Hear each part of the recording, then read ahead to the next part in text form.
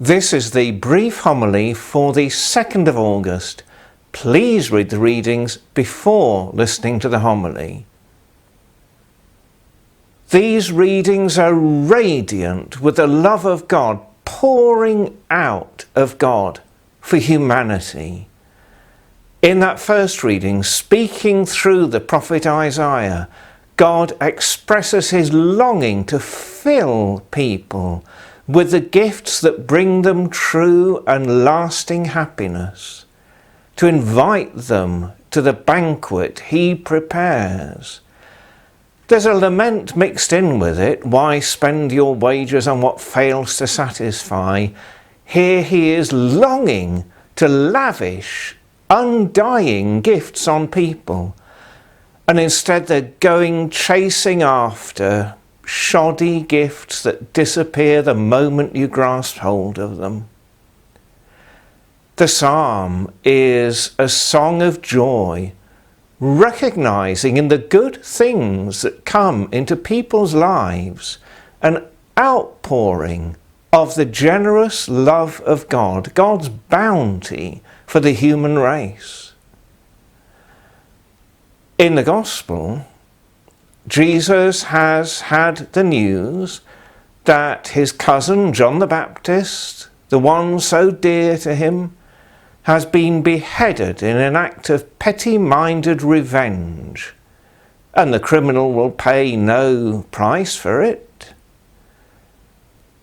Grieving for his friend, he sets off with just a chosen few to go to somewhere quiet and lonely, where they can have time to grieve and reflect.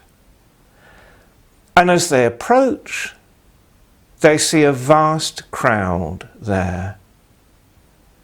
Now, if it had been me, I think I would have been likely to say, "Come on, lads, let's try a bit further down the coast." But not Jesus. He puts his own need aside and steps ashore to teach them. When he sees they are hungry, he feeds them. The fact that there's not enough to go round is no obstacle to Jesus. He makes it enough to go round. In that second reading, St. Paul was reflecting on his experience that since he set his heart on following Christ and preaching the gospel, the 7 forms of suffering he has endured, the power of Christ has helped him to rise above them. They haven't shaken him. He names the 10 cosmic powers, and he is so convinced, so assured of the depth of God's love revealed in Jesus Christ that he scoffs at them. None of this can ever come between us and God's love for us.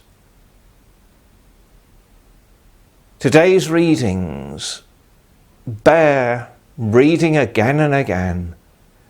They bear reflecting on in quiet solitude, that they may move our hearts to recognize the depth and the power and the eternal enduring qualities of God's love for each of us, a love that nothing can stop